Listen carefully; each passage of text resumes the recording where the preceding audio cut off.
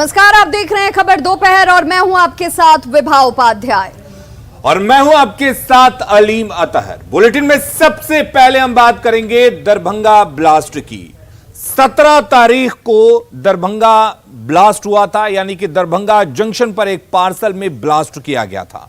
उसके बाद न्यूज 18 ने सबसे पहले उस खबर को ब्रेक किया था, सबसे पहले हमने उस खबर को दिखाया था। उसके बाद की लगातार जो जानकारी है इस खबर से जुड़ी हुई हम अपने दर्शकों तक पहुंचा रहे हैं और आपको बता दें तब से लेकर अब तक हर अपडेट्स आप तक सबसे पहले न्यूज 18 पहुंचाता रहा है।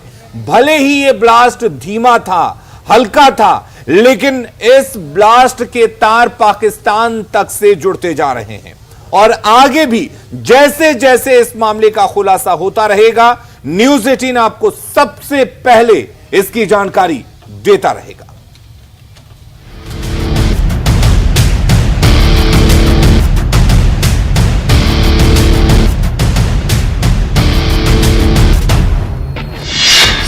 जून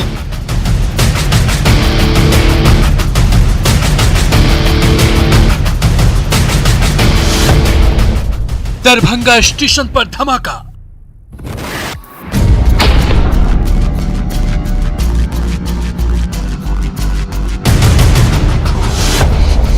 न्यूज 18 पर सबसे पहले खबर। दरभंगा स्टेशन पर पार्सल में आए सामान में धमाका हुआ है।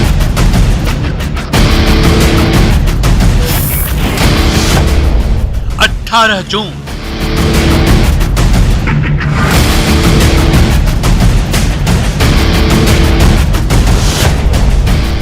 एटीएस को सौंपी गई धमाके की जांच। तो एटीएस करेगी दरभंगा पार्सल ब्लास्ट की जांच। बड़ी खबर इस वक्त की, दरभंगा पहुंच रही है एटीएस की टीम। 20 जून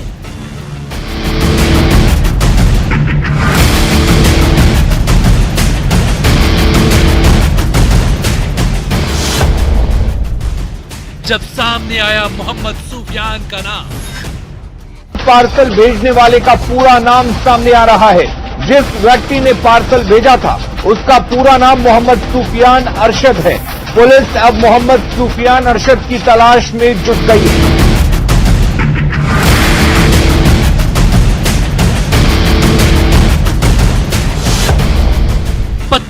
जून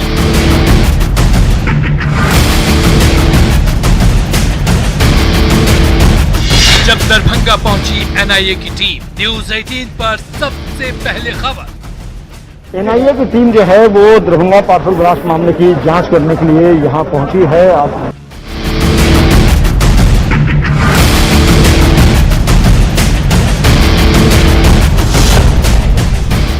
30 जून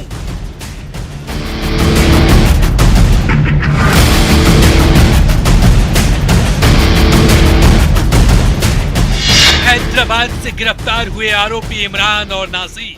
न्यूज 18 पर सबसे पहले खबर। दरभंगा पार्सल ब्लास्ट मामले में हैदराबाद से 2 लोगों की गिरफ्तारी हुई है। मोहम्मद इमरान मलिक और नासिर मलिक को यहां से गिरफ्तार किया गया है।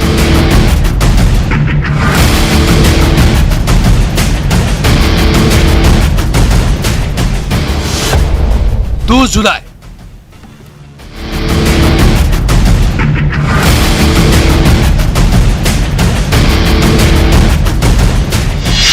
कैराना से सलीम और कफील गिरफ्तार। न्यूज 18 पर सबसे पहले खबर।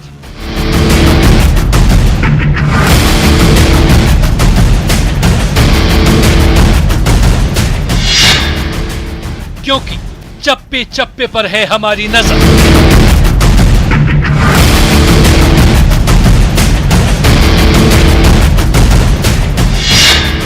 देखते रहें न्यूज 18 बिहार झारखंड। तो देखिए, दरभंगा पार्सल ब्लास्ट मामले को लेकर इस वक्त बड़ी खबर सामने आती हुई, जिसमें 2 लोगों को जिन्हें कल कैराना से गिरफ्तार किया गया था, उन दोनों को, जिसमें सलीम और कफील, इन दोनों को एटीएस ऑफिस में फिलहाल रखा गया, जहां पर इनसे पूछताछ लगातार होती हुई यूपी के कैराना से गिरफ्तार 2 आतंकी पटना लाए जा चुके हैं और फिलहाल इनसे पूछताछ की जा रही है। यूपी के कैराना से इन दोनों की गिरफ्तारी हुई थी। पटना में हाजी सलीम और कसीम और कफील से पूछताछ इस वक्त होती हुई और थोड़ी ही देर बाद पटना एनआईए कोर्ट में इन दोनों को पेश किया जाएगा। आईजीआईएमएस में सलीम और कफील का हेल्थ चेकअप होना है। कोर्ट से दोनों को रिमांड पर लेने की एनआईए मांग करती हुई नजर आएगी।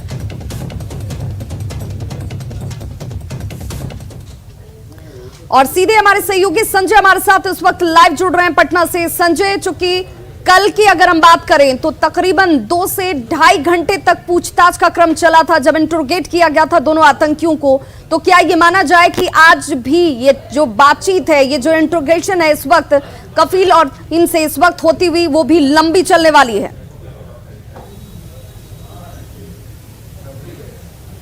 बिल्कुल भी पूछताछ भी होगी, चूंकि इंट्रोगेशन तो करना है, ये पहले से तय है। लेकिन इस बीच इसमें एक डेवलपमेंट है। जो मुख्य साजिश करता है सलीम, जिसे यूपी से गिरफ्तार किया गया है कफील के साथ, उसको फिलहाल आईजीआईएमएस में लाया गया है। और ये तस्वीर है पटना आईजीआईएमएस की, ट्रॉमा सेंटर और कैजुअलिटी ट्रॉमा केंद्र एवं आकस्मिकी जो है, वहाँ पर फिलहाल सलीम का मेडिकल चेकअप जो है वो किया जा रहा है। चूँकि सलीम जो है वो बुजुर्ग है, ओल्ड एज का है और उसे कई बीमारियां भी हैं, तो जाहिर सी बात है एनआईए कोर्ट में उसकी पेशी होनी है। उसके पहले जो टीम है एनआईए और एटीएस की, वो चाहती है कि इसका मेडिकल परीक्षण करा लिया जाए। और फिलहाल आप तस्वीरों में देख पा रही होंगी जो एटीएस के जवान हैं, चप्पे चप्पे में उनकी तैनाती की है। और ट्रॉमा सेंटर कैजुअलिटी को सुरक्षा के लिहाज से फिलहाल बाहरी लोगों के प्रवेश पर रोक लगा दी गई है यहाँ पर। और एटीएस के जवान आपको तस्वीरों में दिख पा रहे होंगे। बिहार एटीएस कार्यालय में उस वक्त सलीम और जब कफील को लाया गया था उनसे पूछताछ चल रही थी। उसके बाद मेडिकल एग्जामिन के लिए फिलहाल लाया गया है। और तस्वीरों में आप देख सकती हैं कि जो एटीएस के जवान हैं इस वक्त आपको तस्वीरों में नजर आ रहे होंगे। और ये ट्रॉमा सेंटर के बाहर की तस्वीर है। और फिलहाल उसका मेडिकल एग्जामिन, जो सलीम है, जो मेन एक्यूज्ड है, जो मुख्य साजिश करता है दरभंगा पार्सल ब्लास्ट का, उसका जो मेडिकल परीक्षण है वो अंदर में चल रहा है। और यहाँ पर ठीक इसके पीछे आप देख रहे होंगे जो पुलिस की गाड़ियां हैं वो लगी हुई हैं। इसी पुलिस की गाड़ी में जो ये रेड कलर की कार है, ठीक इसके पीछे जो पुलिस की गाड़ी लगी हुई है बिहार एटीएस की गाड़ी है।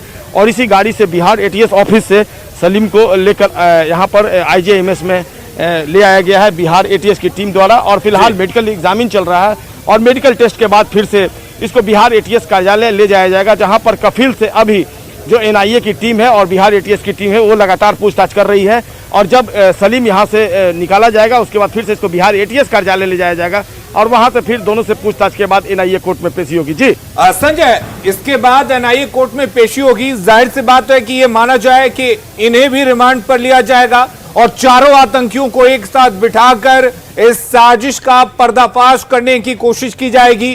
तमाम वो सवाल के जवाब तलाशे जाएंगे कि आखिर ये कहां कहां ब्लास्ट करने वाले थे, किस तरह का ब्लास्ट था और तमाम चीजें।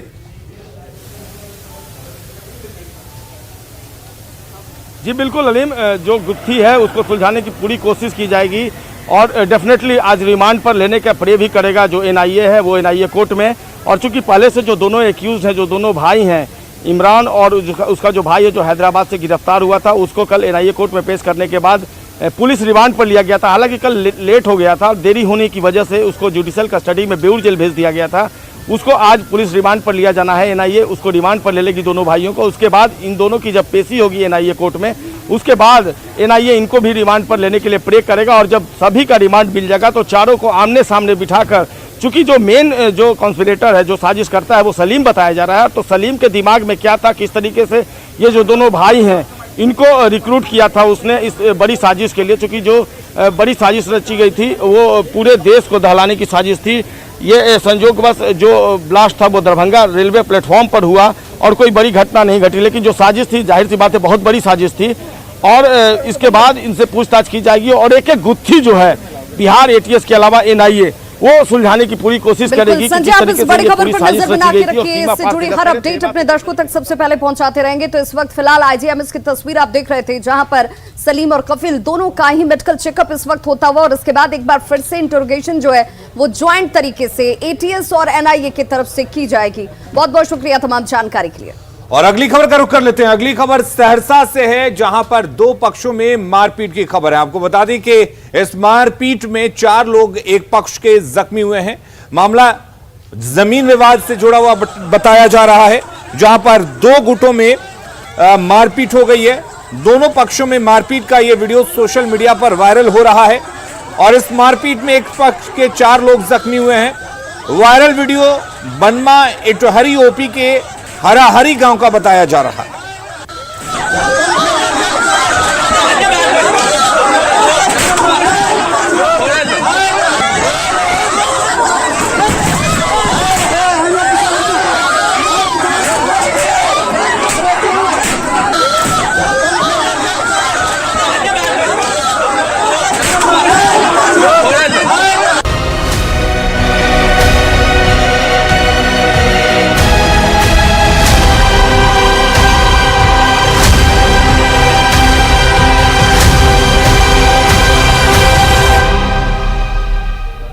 तो बिल्कुल अब बात उस सैलाब के सितम की जिसने लोगों को हलकान कर दिया है, परेशान कर दिया है। सीतामढ़ी के सुरसंड प्रखंड की तस्वीर अगर आप देखेंगे तो आपको इस इलाके में रहने वाले लोगों की परेशानियों का अंदाजा लग पाएगा।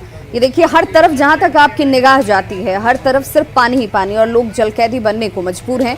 देखिए, आवाजाही के लिए जिन सड़कों का कल तक इस्तेमाल किया जा रहा था वो सड़कें जो हैं वो पानी में विलीन हो चुकी हैं, टूट चुकी हैं और यहाँ से आवाजाही करना किसी चुनौती से कम नहीं है। घुटने भर पानी में लोगों को यहाँ से आवाजाही करने की व्यवस्था भी है, क्योंकि सरकारी जो दावे और इंतजाम की बात कही जा रही थी वो दूर दूर तक नजर नहीं आ रही। सड़क पर पानी की धारा आपको बहती नजर आ रही होगी, क्योंकि सीतामढ़ी के सुरसंड प्रखंड की शिखंडी भिट्टा पंचायत जो कि नेपाल सीमा पर स्थित गांव है और इस पंचायत के लोगों की बेबसी ये है कि हर बार और हर साल इस बाढ़ की त्रासदी से इन्हें दो चार होना पड़ता है।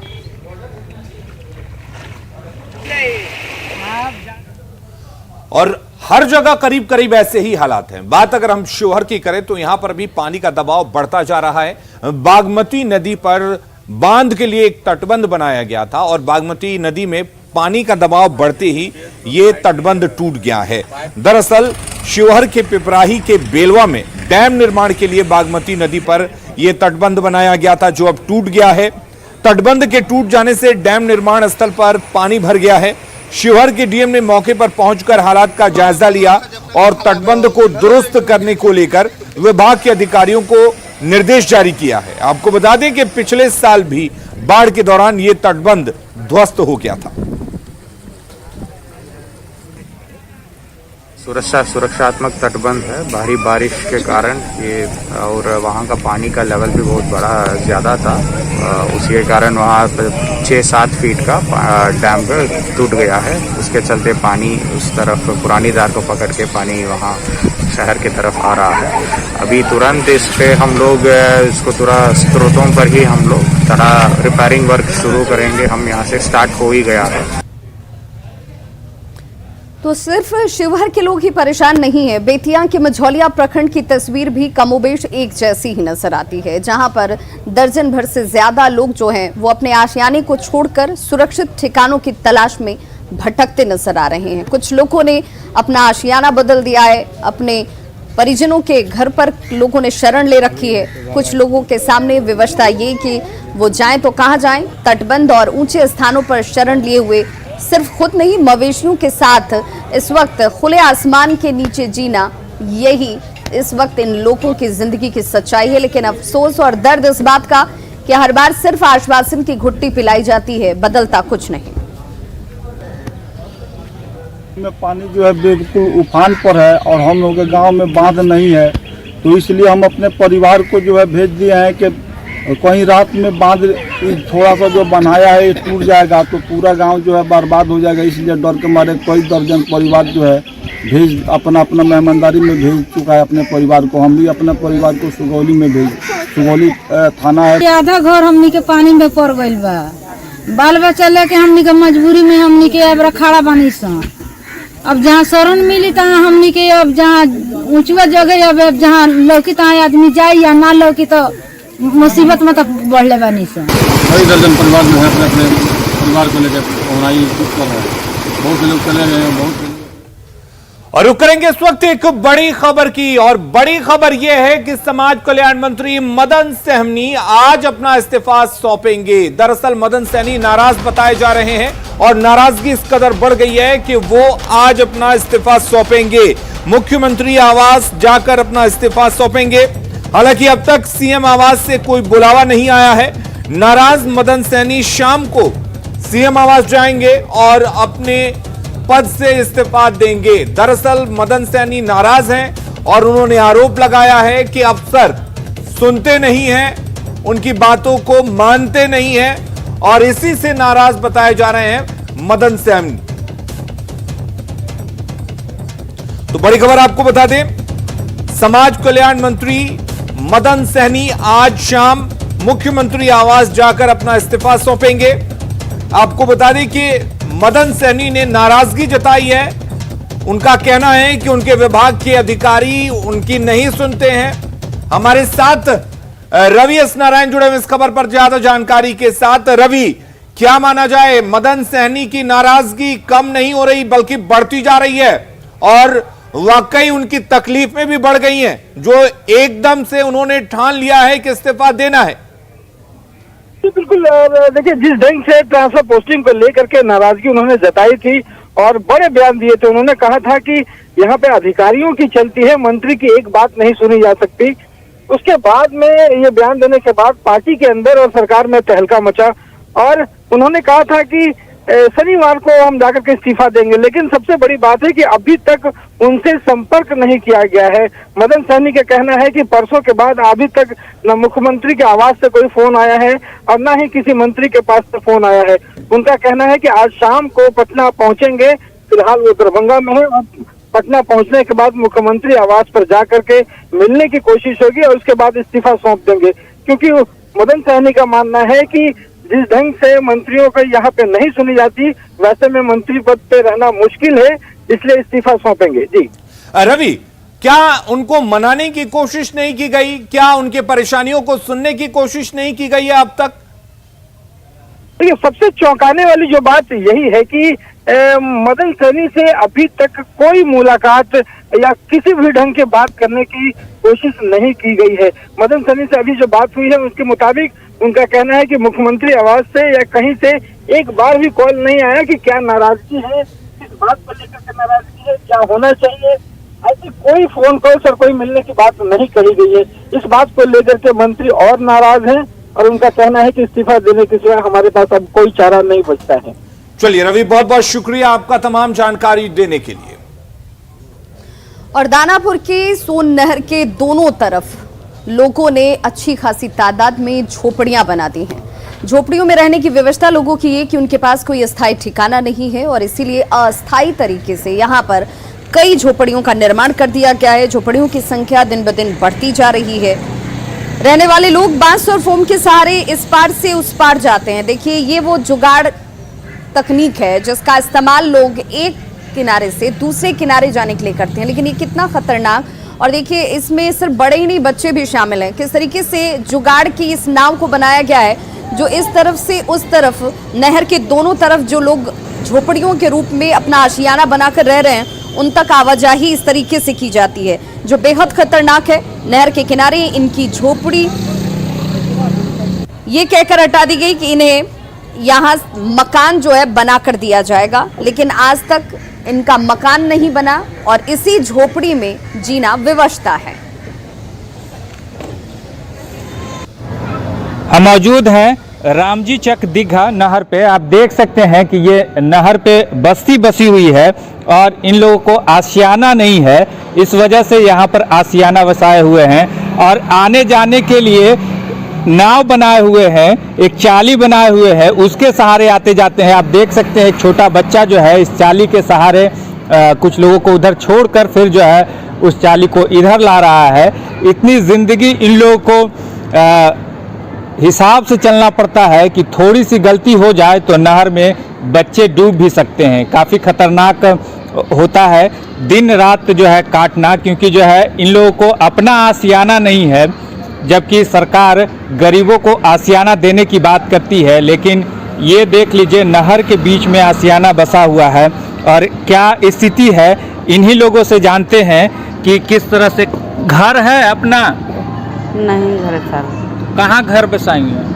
अब यही नहीं रहते हैं, पानी उनी नहीं रहते हैं। पानी पड़ता था चिमकी उमकी तान के ओढ़ के रहते हैं। आप उठते हैं रहते हैं। कैसे आप आते जाते? कैसे आते जाते हैं? वही से आते जाते हैं। रोड पर से पानी आने जाते हैं, पिए लगी आने जाते हैं। रोड पर पानी पड़ता है तब फिर रोड पर, लेकिन नहीं पानी आने जाते हैं। तब वैसे भूखे प्यासे रहते हैं, पानी में क्या करेंगे। मुश्किल इतना ही नहीं होता है कि हम लोग को पानी जब बरसती है तो हम लोग के अंदर पानी आती है तो आने जाने का रास्ता भी ब्रेक हो जाती है, और दूसरे में सर कि पानी लाते लाते हम लोग आदमी थक जाता है। जब पानी बरसती है तो नीचे उतरने के लिए हम लोग सोचते हैं। पर जो है आशियाना बनाए हुए हैं ये लोग, इसी में ये रहते हैं, जबकि जो है सरकार इन लोगों को आशियाना देने की बात भी करते हैं, लेकिन आशियाना इनके पास नहीं है।